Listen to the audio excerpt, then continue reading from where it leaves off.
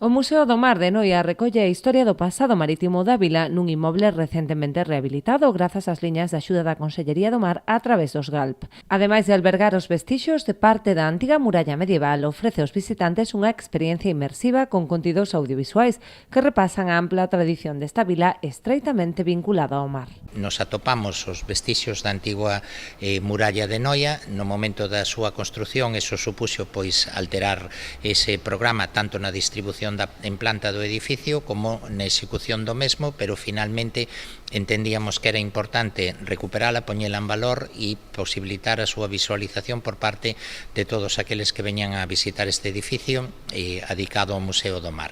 Nesta planta baixa pois hai esa posibilidade, aparte de escoitar as proxeccións que nos fan unha descripción sobre que a historia marítima de Noia.